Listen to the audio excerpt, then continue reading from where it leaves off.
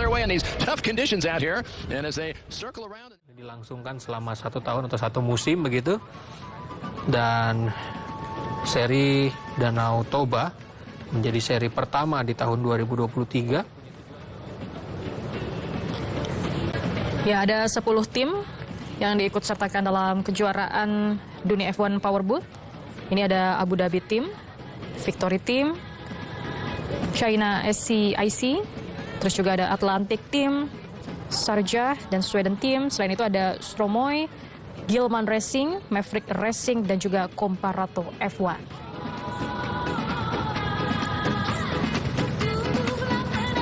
Dan yang berbeda adalah dalam 10 tim ini ternyata 2 negara yang berbeda gitu ya. Biasanya antar negara, namun ini mewakili pebalap masing-masing. Yang kita lihat adalah Marit Stromoy dari Stromoy dan tentunya Bartek Marsalek yang baru saja menjadi juara ya, dinobatkan menjadi juara setelah sejauh ini ya. Contoh Rente tadi harus rela dikurangi Rente yang menggunakan kacamata adalah Tani Alkemzi. Kemudian berikutnya masih dari tim asal Uni Emirat Arab juga. H2O dan juga race kedua kita juga akan melihat semeriah apa opening ceremony yang akan dihadirkan dalam F1 Powerboat kali ini.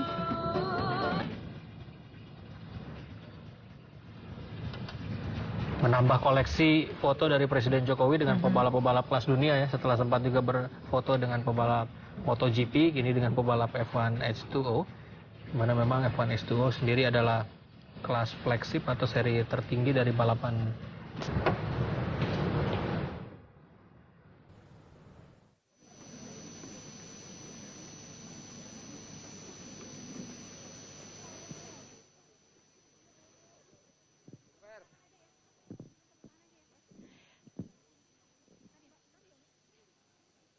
Hadirin sekalian, boleh kita berikan tepuk tangan yang meriah untuk adik-adik SD sampai dengan SMA dari seputaran Baliget Danau Toba.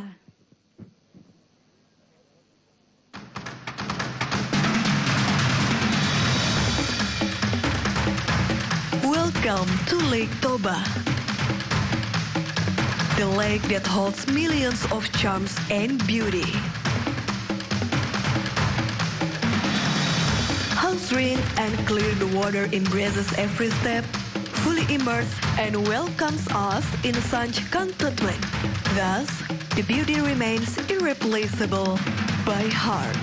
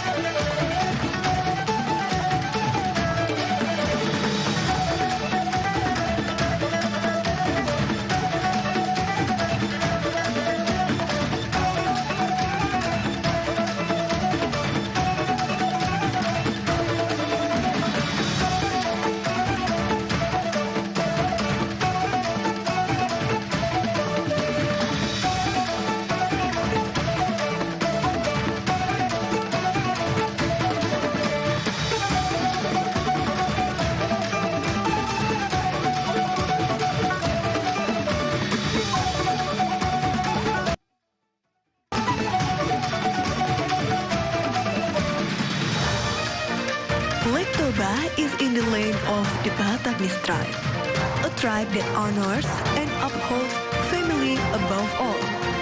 For the Bataknis people, friends are the dearest of friends, and the dearest of friends are family itself. Bataknis is a nomadic tribe, a tribe that is said to have been born to leave their homeland, and are known to be tough, brave, and likes to take on challenges.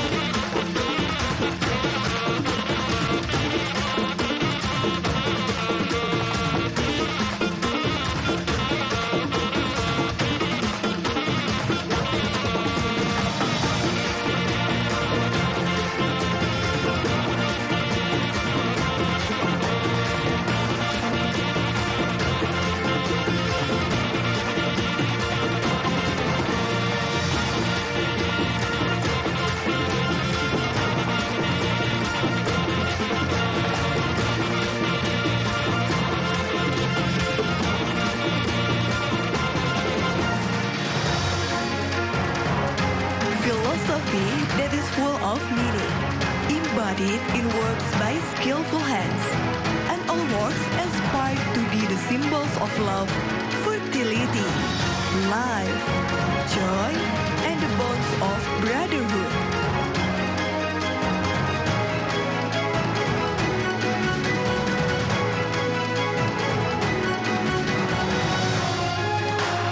And here we are, all together to witness the battle, passion, and courage to achieve greatness.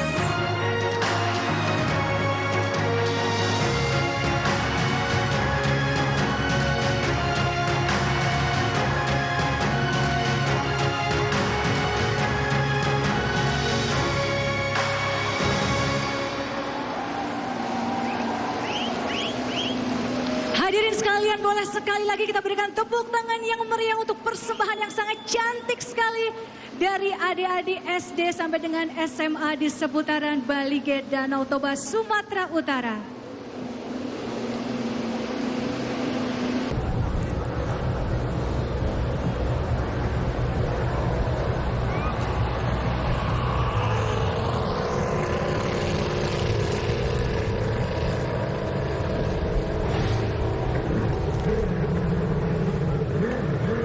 Ya, ini ketika memang momen dalam parade lap begitu ya, sehingga masyarakat ataupun penonton yang hadir langsung di Danau Toba ini bisa melihat secara nikmat begitu ya, karena biasanya ketika balapan sudah berlangsung ini kan dengan kecepatan maksimal 250 km per jam cukup sulit memangnya Dina untuk bisa melihat secara detail begitu dari setiap kapal yang mengikuti balapan dari masing-masing tim. Ya, ini dia beberapa jet ya memang saat ini kembali sedang melukis langit gitu ya.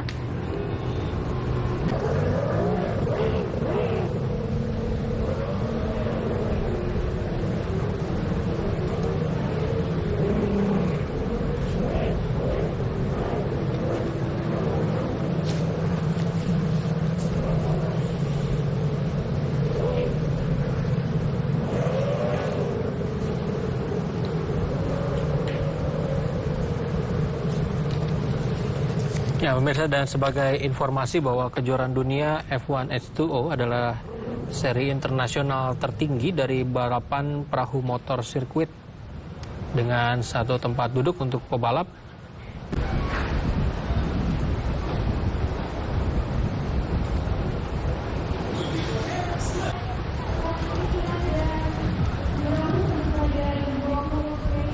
Yang kemudian akan menjadi pemenang di race kedua ini. Mari sama-sama kita saksikan jalannya balapan F1 H2O seri Danau Toba, Sumatera Utara. Selamat menyaksikan.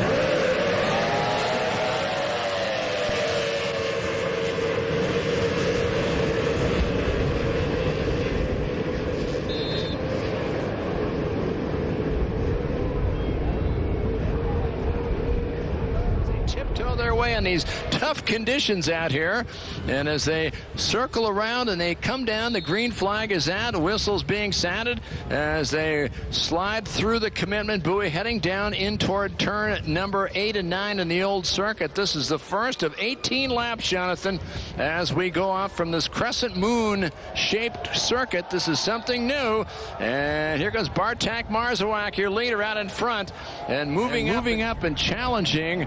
In that second place is Team Abu Dhabi driver pushing hard, and it is Thaniel Quimsey who started down in that sixth spot. He had pushed his way toward the front. And Steve, the boats are jumping around all over the place with those rollers coming in from the far side. They just are hanging on for grim death as they complete their first lap.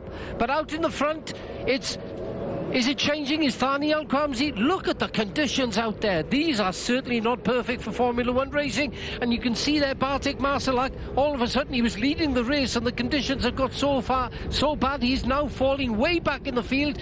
And the guy that's taken the lead is a number 7 boat. That's Peter Moran, Team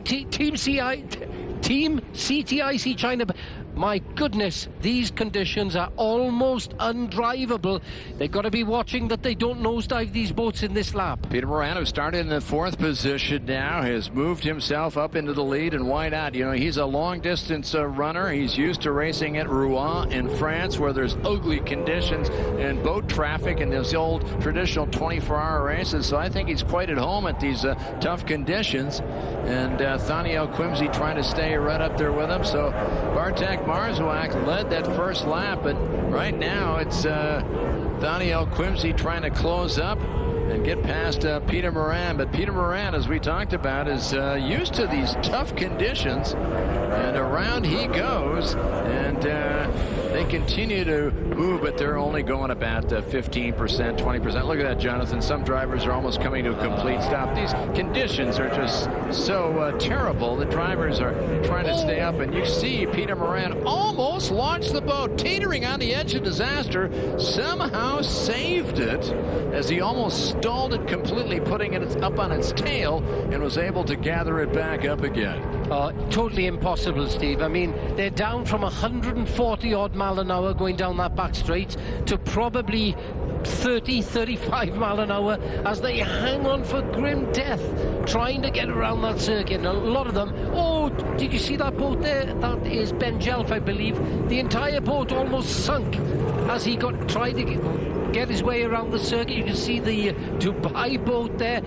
Did you see the water coming over the front? Eric Stark, the driver from Sweden, who started this race in 3rd place, he literally submarined it. Oh, what a shame. Drivers are already dropping out. They're going, this is not going to work. It's not manageable. And on the replay, you can see Eric Stark, who totally submarined the boat yesterday. And behind him, you can see one of the Maverick racing boats go up, and there's Stark again, as he's trying to show off his prowess of driving the boat into the water. But literally, these conditions are unmanageable, and there's no way we're going to be able to run these 18 laps, Jonathan, which is a real shame for these 100,000 plus fans who have come here for race number 2. Now, we ran the first race of the day, which was fantastic, but here in race number 2, it's just doesn't seem to be able to work today. Yeah, but Bartek Masalak, the Polish driver, he's still out there, Steve.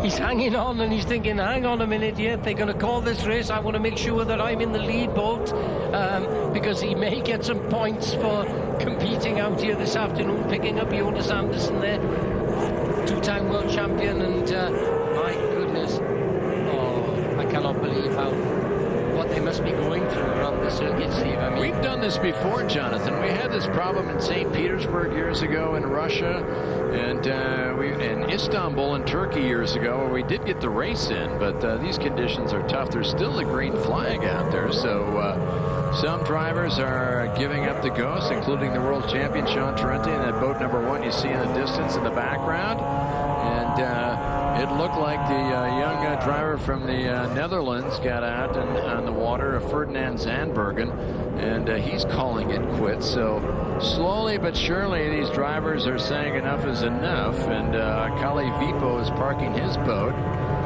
As you look out and you see the CTIC China leader out there, that's Peter Moran from Rouen, France.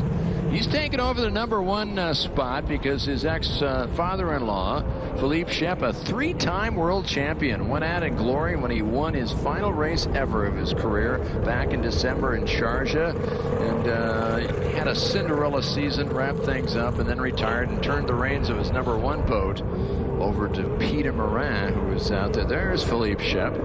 There's the 3-time world champion, who was got his first win 10 years ago in Kiev, Jonathan, in the 2012 series, but that was a match race. Yeah, Steve, most of the boats are actually coming into the pontoon. They realize it is totally impossible to compete out there. In fact, it looks like it's pretty dangerous. Somebody could get hurt, and it's going to be interesting to see what the UIM officials decide. That's the world governing body. Luis Ribeiro, who's the race controller for this event. At the moment, I can still see the green flag is out there, but for how much longer, only time will tell.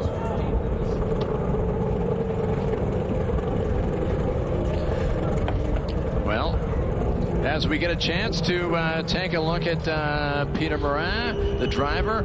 And now they're showing the checkered flag. That's going to be it. That was a great try, and they did their best. The drivers thought, well, maybe we can do this. And after about 1.5 laps, they go, yipes, this is not going to work. Alexandre Bourgault, by the way, in the number 74 machine, the driver from the Maverick team, he hung in there. He said, I'm not giving up. He was out there in second place, the highest he's ever had. Daniel Quimsey stayed out a long time, too.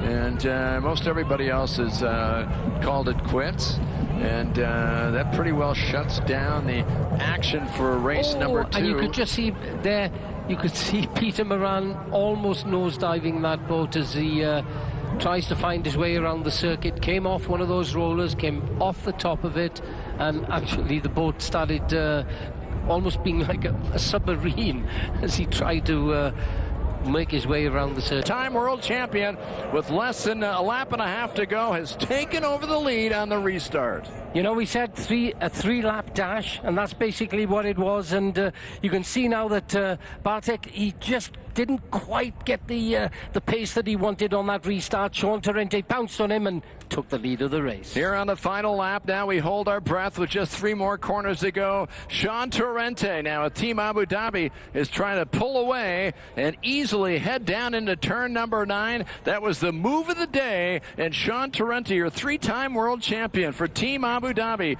will circle around, come by the start-finish line, and he'll come across. And The Republic of Indonesia, His Excellency Mr. Joko Widodo, to present the trophy to our winner for F1 H2O World Championship Grand Prix Indonesia. Kita berikan tepuk tangan yang meriah untuk Bartek Marzala from Poland.